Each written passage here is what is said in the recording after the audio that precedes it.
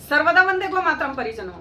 अभी कुछ समय पूर्व आप लोगों ने जैसे कि देखा कि कैसे एक टॉप का महामूर्ख मंदबुद्धि जिसे हम कहते थे, क्रिमिनल नेचर का, भारत का जो मूल जो राष्ट्र धर्म है सनातन, उस धर्म और इस देश का द्रोही एक, मैं तो कहती हूँ जिसको पागल कुत्ते ने शायद बचपन में काट लिया होगा, ऐसे एक गधे ने भरी संसद में 110 करोड़ हिंदू सनातनी भारत की धरती पर होने के बावजूद यह प्रचंड गला फाड़कर उद्घोषणा की थी कि हिंदू हिंसक है।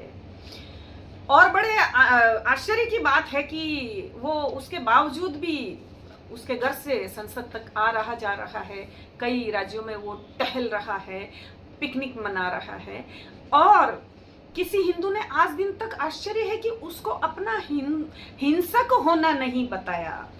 तो परिजनों, कहीं न कहीं गलती या तो उसकी है जो वो हिंदुओं को अर्थात सनातनियों को पहचान नहीं पाया, या कहीं न कहीं भूल सनातनियों की भी है जो उसको अपना होना समझा नहीं पाए और उसकी 4 पीढ़ियों से उनके हाथों मिटते चले जा रहे हैं। उसको भी बताना आवश्यक है परिजनों कि हम कैसे हैं और कैसे हम भविष्य में होंगे, इसकी भी झलक उसको होनी चाहिए पता।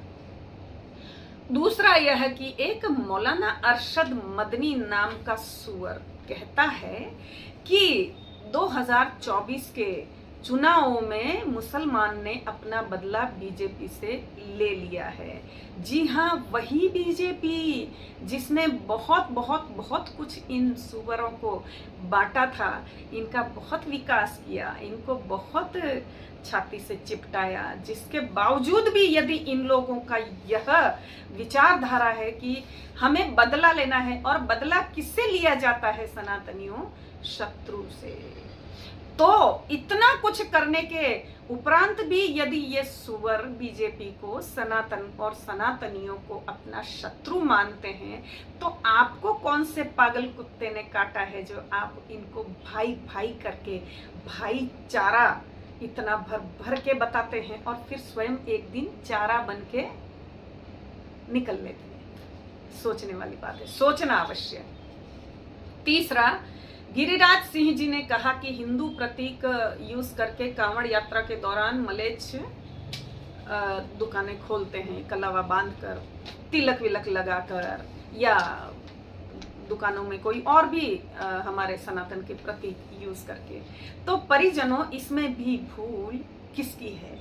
क्या उन सुअरों की है जिनको कमाना है? आपको उल्लू मूर्ख, आपको बिल्कुल ही आपको अंधा करके उनको आपसे पैसे झटकने हैं, क्या ये उनकी भूल है या भूल आपकी है कि आप पहचान नहीं पाते? सर्वप्रथम तो वहाँ के प्रशासन को चिन्हित इनको करना चाहिए, जो कि करते नहीं। दूसरे नंबर पर वहाँ के स्थानीय लोग उनको चिन्हित करने चाहिए, जो कि वो भी नहीं करते। तीसरा, जो सनातन के संगठन हैं उनको भी इनकी पहचान करनी चाहिए, वो नहीं करते। तो पहचान कैसे करनी चाहिए ये तो मैं बहुत बार पहले पिछले वीडियोस में बता चुकी हूँ परिजनों। एक तो कोई कहेगा कि आधार कार्ड देखकर पहचान लो, तो मैं कहती हूँ कि दिल्ली में तो 2-2, 3-3 हजार में आधार कार्ड बन रहे हैं, फिर कैसे पहचानेंगे? तो पुराने बीते युग में परिजनों, जैसे कि जो भी हिंदू मुस्लिम दंगे होते थे, तो सनातनियों के वस्त्र उतार कर यह चिन्हित किया जाता था कि वह मलेच्छ है या नहीं, और यदि मलेच्छ नहीं होते, सनातनी होते, तो उनको मौत के घाट उतार दिया जाता। तो चिन्हित करने का ये विधि जो है वो मुझे उस समय से थोड़ी सी ध्यान में है। तो क्या हमारे सनातनी स्थानीय लोग और स्थानीय हिंदू संगठन थोड़ा सा उसका वस्त्र उतार कर नहीं देख सकते, नहीं पहचान सकते कि यह सनातनी है या नहीं?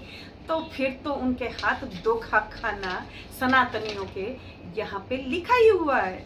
उसके लिए आप बिल्कुल भी प्रतिकार फिर तो नहीं करने चाहिए। क्यों करने चाहिए? 2-5 ये लोग जो बोलते हैं सनातन के पक्ष में, वो बेचारे क्यों अपनी गर्दन दांव पर लगाएं परिजनों? क्योंकि बहुल संख्या में आप लोग तो कुछ करना चाहते नहीं, करना चाहिए पर नहीं करते।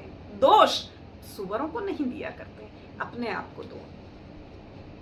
चौथा, एक वेस्ट बंगाल में सुअर है फिरहाद हकीम, जो कह रहा है कि जो मुसलमान होकर नहीं जन्मे वो बदकिस्मत है। हालांकि वो वहां पर एक पूरे बांग्लादेश की रखेल, एक 2 कौड़ी की सुअरिया के शह पर यह सब कुछ बोल पा रहा है, फिर भी मैं उस सुअर से कहना चाहूंगी कि यदि मलेच्छ न होने पर तुम जैसे लोग सनातनियों को बदकिस्मत कहते हैं, तो मैं कहती हूं कि बस बदकिस्मत रहना ही ठीक है, बजाय तुम्हारी जैसी किस्मत प्राप्त करने के, जो साले अपनी बहनों को नहीं छोड़ते, जो किसी जानवर को नहीं छोड़ते, किसी धरती के कोने को नहीं छोड़ते।